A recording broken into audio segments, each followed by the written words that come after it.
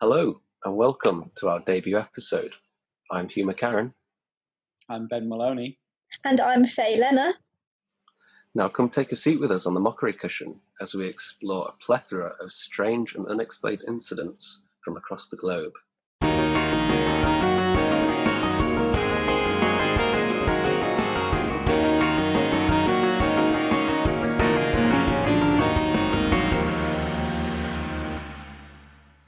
This week we're going to be discussing the curious case of Benjaman Kyle. Yes, you heard that right, Benjaman with an A. But before that, we thought we'd just give you a little bit of an introduction to us, the hosts, since this is the first episode. And we decided we were going to try and describe each other in 3 words, which I'm not sure is the best idea, but hopefully no offence will be caused. Who wants to go first? I'll go first. Faye will go first. Okay. Okay, so 3 words I've written down to describe Hugh are philosophical, calm, and nature. Ah. How can you be nature? Well, I just think Hugh's quite in touch with nature. Oh, yeah, I I can see that. That's good. Oh, very nice. And for Ben, yeah. I've got easygoing, inquisitive, and bewildered. Bewildered. Okay. I think that sums you up quite well. Yeah. Hugh? Okay, so for you, Ben, I have daydreaming, inventive, and contrary. Oh, okay. Ooh. All right, I'll take that. Okay. Yeah. What was that? Oh, yeah, Faye, you've not done Faye. Yeah, so for Faye, I've got, quite proud of these. So I've got punctual, frolicsome. What does that even mean? And forthright. Forthright is good. Yeah. Frolicsome. What's frolicsome? It's like, just like playful sort of energy. Was Google synonyms doing you some favours there, Hugh? yeah. I just had to go with that one.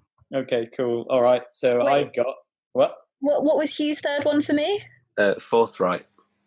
What does that mean? So sort of like says what you think. Yeah. Oh, yes, good. I'll take that. So for Faye, I have organised. Wonderful. I have basically forthright in, well, literally more blunt terms, but blunt is really I think everyone else picked really nice ones, and I just picked sort of realistic. You're just being really brutal. No, the last one was caring. Oh, that's yeah, good. thanks. That's cute. Okay, all right. And then Hugh, I put astute. Like I put idiosyncratic. Which is basically just like, quirky, has some interesting kind of thing. Like that.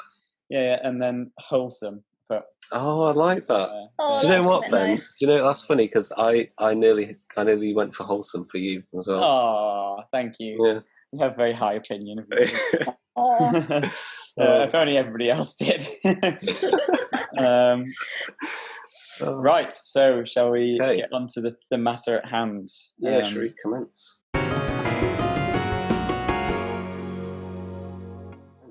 Okay, so who is Benjaman Kyle?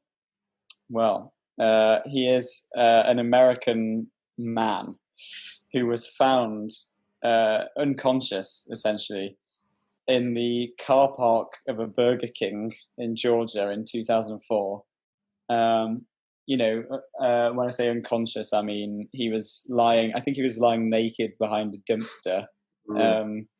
And he was, sunburnt from head to toe, covered in ant bites. So he'd obviously, he'd been out there possibly a few hours. And he had, as far as I know, he had sort of blunt force injuries to the head. So, 3 depressions in the skull, head trauma, which obviously potentially the cause of his him being unconscious. and one of the Burger King employees went out. I'm not sure what they were doing behind the dumpster on their break. I didn't really ask that. Questionable. Questionable behaviour. But anyway, apparently they found his body. Obviously, were quite startled. Ran back inside and called the police. And the police came back and reported that this guy had been found sleeping, apparently behind the dumpster, and took him back to a hospital, where in late 2004 he was admitted as a patient under the name Burger King Doe. So you know how in hospitals, if it's an unidentified person, you have like a placeholder name, John Doe or Jane Doe for a woman. Yeah. So they called him Burger King Doe. Inventive. And I know.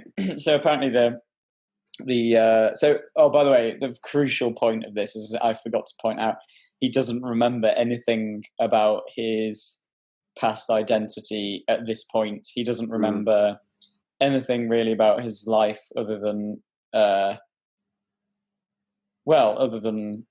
not really anything at first. But they eventually, so they take to calling him BK, obviously for Burger King. But he eventually recalled that he had the name Benjamin, but as in Benjamin spelt with an A, spelt with two A's. And he was think that. Sorry, yeah, I was just going to say that was a conscious. Well, it seemed to be implied that it was a conscious decision to make it an odd spelling. So did he think that he was called Benjamin before? Before he was injured, you mean? Yeah. Oh yeah, he was convinced that was his actual name. Oh, I see. Yeah. Okay. Whereas the Kyle was made up surname because of obviously the K, so he was treating sort of Burger King as his initials essentially. Yeah, that's what I thought was he had the BK already from Burger King, and I literally just realised that. Then he. I thought I made that. I thought I outlined that. But okay, I think when he was saying to hospital, he was at first quite hostile to the staff there. Obviously in a state of confusion. He was accusing the doctors and nurses of being devils. Being evil and so on. Yeah. And regarding his memories, I mean, he said so he couldn't remember where he lived, why he was passing through Georgia, which is where he was found. But he eventually recalled that he was born in Indianapolis and that he may have had family. Well, I mean, obviously everyone has family when they're born, so. But so he definitely did. I can tell him that. But he couldn't recall actually knowing anybody. And he recalled a few sort of I mean, as they say, it's like with dementia and things, your oldest memories are often the longest remaining ones. And so he had childhood memories and recalled living in Denver when he was younger. What's I was just going to say was what's interesting. My little note here about. So he had cataracts and he couldn't see very well. So several months after he was staying at a shelter, he had surgery, which was paid for by a charity to remove his cataracts. And once he could see again, he inspected himself in a mirror. He was surprised by how old he looked. He had expected to see a man in his 30s, yet the face staring back at him was deeply lined, with greying hair and sunken eyes. He didn't know, he claimed, that he was so old. And that quote was taken from an article on the New Republic. I thought that was really strange. And that's kind of been a recurring, the past 20 years before he was found is kind of a recurring anomaly in the case, because not only is it the point from the point of his life that from which he has no memories, but also it's the point from which they've found no kind of existing records from his life as well. So that 20 years is kind of a gap. Well, so what did he do for those 20 years? Yeah. I'm just going to paraphrase another bit from the same article. So the talk show hosted by Dr. Phil McGraw, which is very popular in America. I think it might have ended now. I'm not sure. He decided to devote a whole episode on Kyle. At first, the producers wanted to vet his story to determine if he was faking. Harold Kopus, a former FBI agent turned private detective, spent several months interviewing Kyle, as well as the Burger King employee who found him, the EMTs who treated him, and the nurses who cared for him. Kopus also ran a background check on Benjaman Kyle and its variations. And then there's a quote of Kopus. He says, "The producers trusted me. They knew, quite frankly, I could smell bullshit a mile away." He concluded that he was 90% sure that Kyle was telling the truth. Right. A neuropsychologist from Atlanta named Jason King also administered a battery of psychological tests, including one that showed Kyle ranked in the 95th percentile of verbal IQ.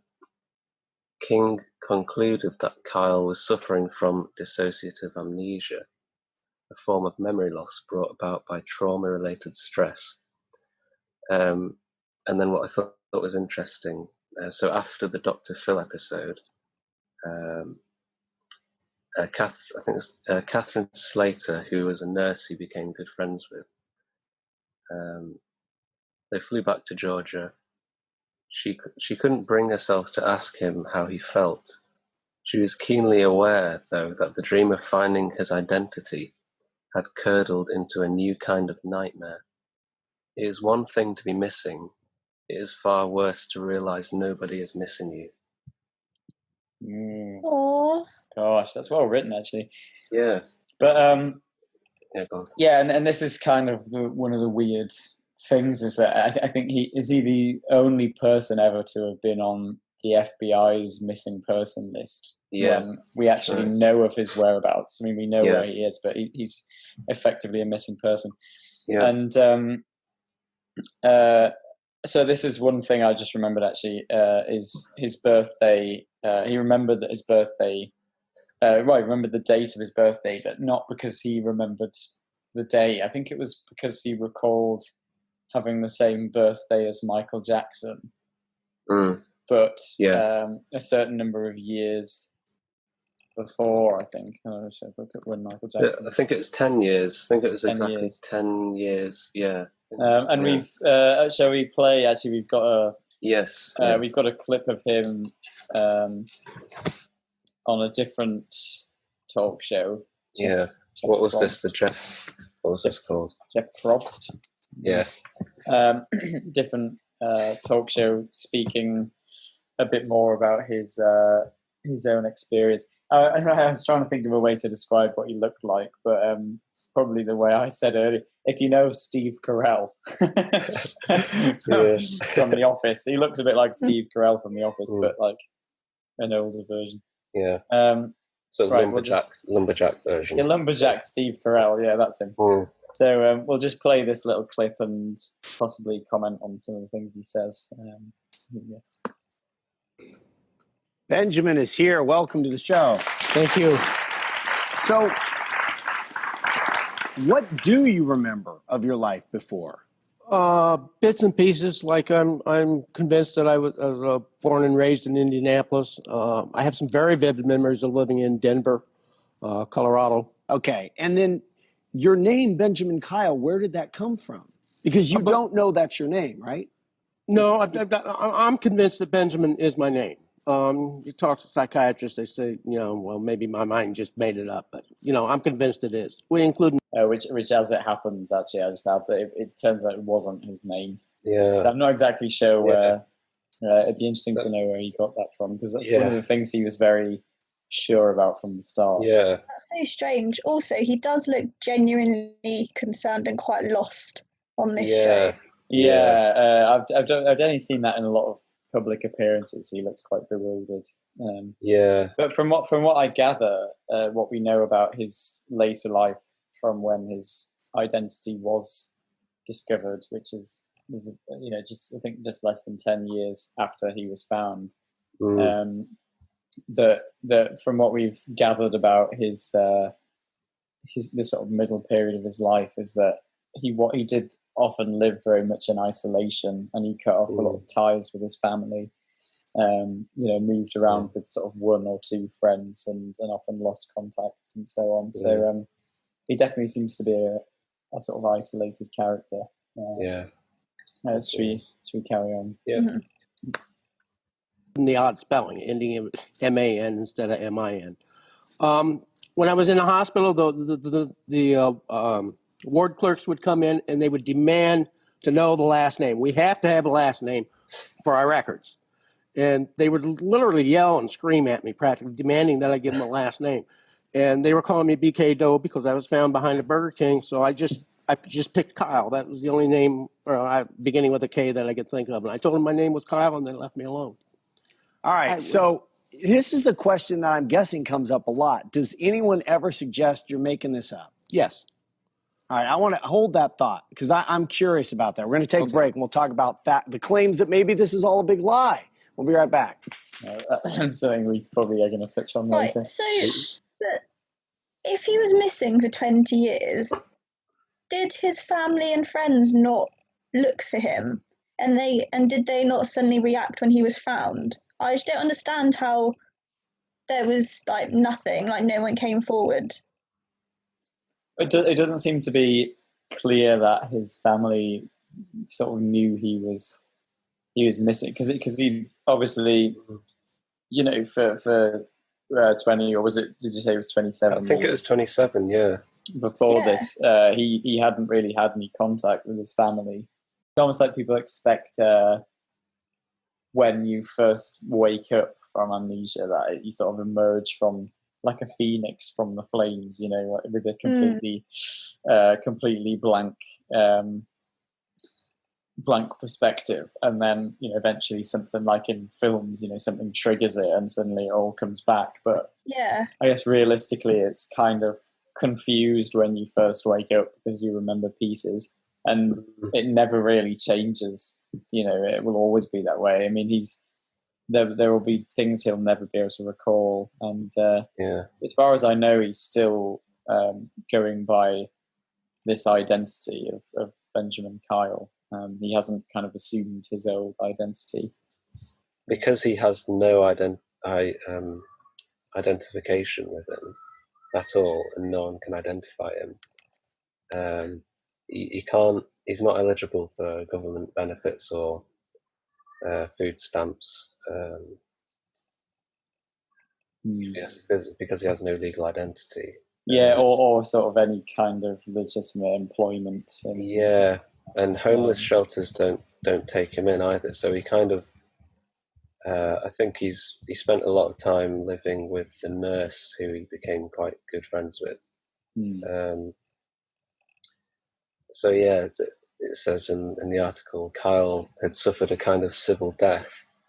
Though a de facto citizen of the United States, he was effectively a man without a country, trapped in bureaucratic purgatory.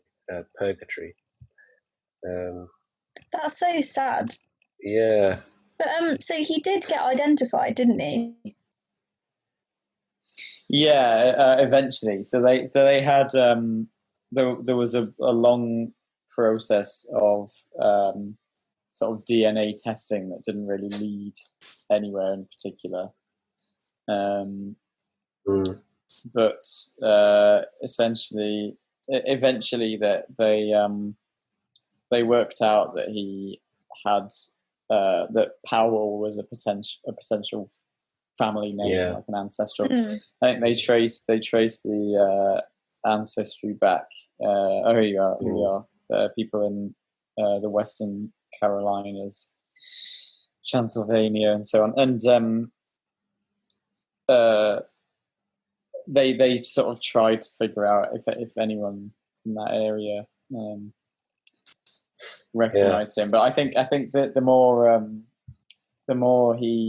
more they got close to finding his actual identity, in a way, the further away it pushed him. And eventually, I think when they did announce that they'd managed to trace his original identity, he sort of cut off all contact and basically didn't really want to know for quite a while. Yeah, so it says here that they found his real name, and it was William Burgess Powell. Yeah, that's right. So Powell, obviously being a family name, which they tracked. And he was right about his birthday as well. So there was a point where they misidentified. They mistook him for another Powell, and they got back to him, and they said that they discovered who he was, but they said he was born in 1951 instead of 48. And Kyle was sort of devastated, because his birthday was the kind of the thing that he clung on to as being definitely true. Yeah. Wow. So what do we think happened to him in those 20 years? How did he end up behind a bin outside Burger King, naked and sunburnt? Well, I don't know. I mean, the one thing was he remembers. I think he remembered traveling through Georgia, driving on the interstate, on the highway, which the Burger King was. Presumably on the day or the day before he was found. But what the actual incident, what happened, I'm not sure. But I mean, it seems like he'd been living sort of pretty much in isolation. I mean, they said there was evidence that he'd been living sort of rough before he was found because of his I don't know, I think it was, I forget, was it beard or something, dirty nails, or I don't know, some kind of evidence. But again, I don't know if they concluded how long he'd actually been unconscious. That's fascinating that there's no record of him for 20 years and then he just appeared. So what's he doing now then? Is he just living a quiet life by himself? Yeah, pretty much. It seems like he's not made public appearances recently. I think he made contact with his family again, and so on. Oh, this was another interesting thing I read about, actually, is that he it says there so he knew basically about how things like frying devices and fast food restaurants and things worked, and the food preparation. He had an in-depth knowledge of the workings of all these sort of kitchen devices and things. Kind of. And he could remember all of that. Something I wanted to say was that he's been remarked upon as being just a very articulate and very sort of gentle, just like all round nice, sort of modest person, and people find it sort of hard to believe that someone wasn't missing him. So on it was 21st of November in 2016. So more than 10 years after 12 years after he was found, they established him to be William Burgess Powell. And as you say, they write about his birthday. He was born in Lafayette, in Indiana. And it says, literally, he sort of lost contact with his family and left the trailer where he was living. The family apparently did file a missing persons report. And as he said, he moved to Colorado. But we still know very little about the period after that until he was discovered. Wow, I wonder if we'll ever find out. Yeah, it's interesting because there have been cases where often people are running away from, I don't know, debt or financial issues, and they just kind of abandon their old identity and try and escape it that way. And if you really want to put your tinfoil hat on, there's always the UFO explanation. Okay. Which may be a factor. Because some of the story has parallels with other UFO incidents, like there's a case of a guy called Travis Walton in America who he was with his friends. I think they were lumberjacks, and they saw this UFO. There was a bright light it was the middle of the night, and then it took Travis, and they all ran away, and he was gone for 3 days or more, and everybody thought that they killed him, but basically Travis Walton turned up 3 days later naked on the side of a road with no memory of what happened in those 3 days. Right. Bit of a parallel there. Yeah, maybe it's an extreme version, and it was a sort of 20+ year gap. But then again, but there's I guess there's holes in that theory, but there's some interesting parallels. Yeah, interesting perspective. What you mean, sort of where they're, the theory of them sort of doing tests on his mind or his memory or something. Yeah, because there's a lot of stories of people with encounters of UFOs where they have what's called missing time, where they're in one place and then they find themselves in another place or in the same place, but lots of years have passed between that. Yeah, I think mostly it's only like hours or a day or something. So there's something, maybe the theory I should have put forward before that, slightly more, well, it's not a complete theory, but slightly less tinfoil. Yeah, slightly less tinfoil. Bit more cling film. Bit more cling film, yeah. So it turns out that William Burgess Powell, his real name, it turns out that he had quite an abusive father, actually. Right. And because they found his brother, but he didn't really want to talk about the abuse or those sorts of details. But apparently, it was very bad, and as with a lot of people who go through traumatic events, they find ways of. Sometimes their brain forces them to forget those things as a coping mechanism. But 20 years though. I know. Yeah. It's. I mean, that must be part of the reason he cut off ties with his family. So yeah. It would have been fun to get him on and interview him, but I know, but he's probably absolutely sick of. He's probably done with it all now. But there we are. Anyway, I think we might have kind of exhausted all the possibilities. Yeah. The real truth is we may never know what happened to We may never know. Benjaman Kyle.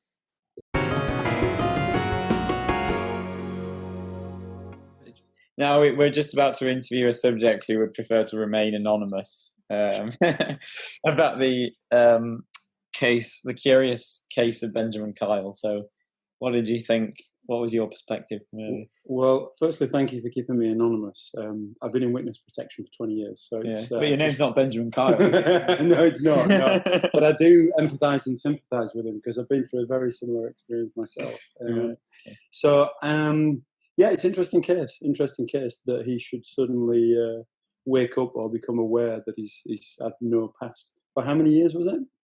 Well, he wasn't aware that he had no past. He just didn't know what his past was. Oh, okay. I haven't read the I haven't read the case in detail. We should play the interview of him. I haven't read the case in detail, if I'm honest with you. Well, I'm going to play the video because you can't let you on again, sorry.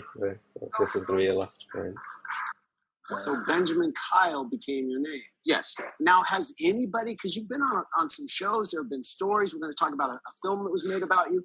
Has anybody reached out and say, dude, I know you? There's been a few people. There's been a couple nutcases, which. Put kettle on black. It'd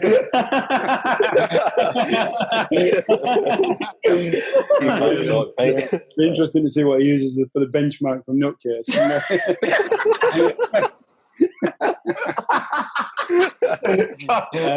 But what do you have any thoughts then about the? Well, there's a common theme with the name Benjamin, I think, for a start. About being slightly delusional,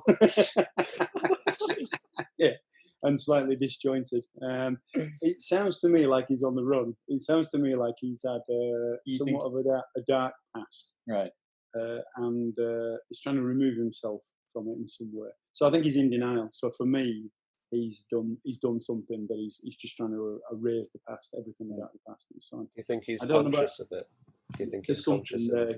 I don't know about the Burger King story. He looks like more of a McDonald's kind of guy to me. Oh, fair enough. Oh, KFC, man. You think he's faking the whole thing? Yeah, I think so. He seems, the reason I say that is, he just seems to, what's the word? Not animated. He seems... Frolicsome. Frolicsome. Yeah. That's quite a word. That's not the word I had in mind, but that's an awesome word. It's good, isn't it? Yeah. Yeah, almost staged in a way. Almost. Right. Just like he's a put-on personality. It's a bit too practiced, maybe. Yeah. A little bit. But I think there's a dark secret there, definitely. Right. Yeah, definitely. He looks like the kind of bury my wife under a patio and forget all about it type guy. I think he looks a bit like Steve Carell, like an older Steve Carell. Could be. Yeah, indeed. Maybe it's Steve Carell in the future. He's invented the time machine and he's come back. Don't want anybody to know about the time machine. It's hidden away behind a bush somewhere, like Back to the Future.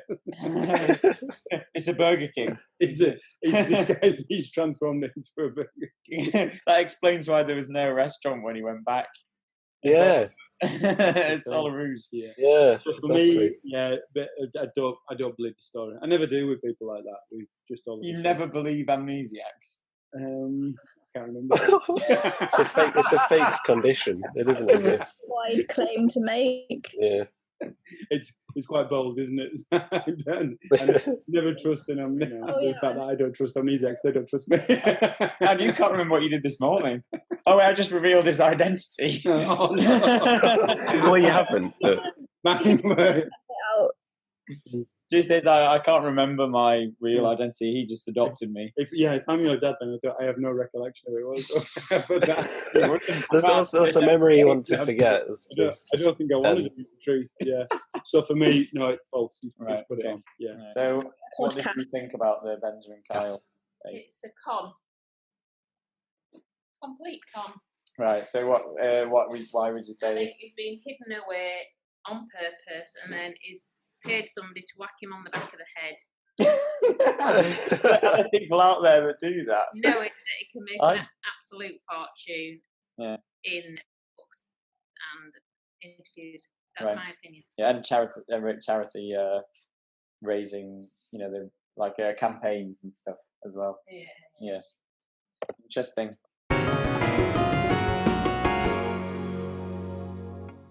Thanks for sitting on the Mockery Cushion with us. Yeah, and I hope you join us next time for more weird and wacky, wonderful things. Yep, and we'll begin with something perhaps even more strange next time. Yeah. Until then. Bye. Goodbye. Bye.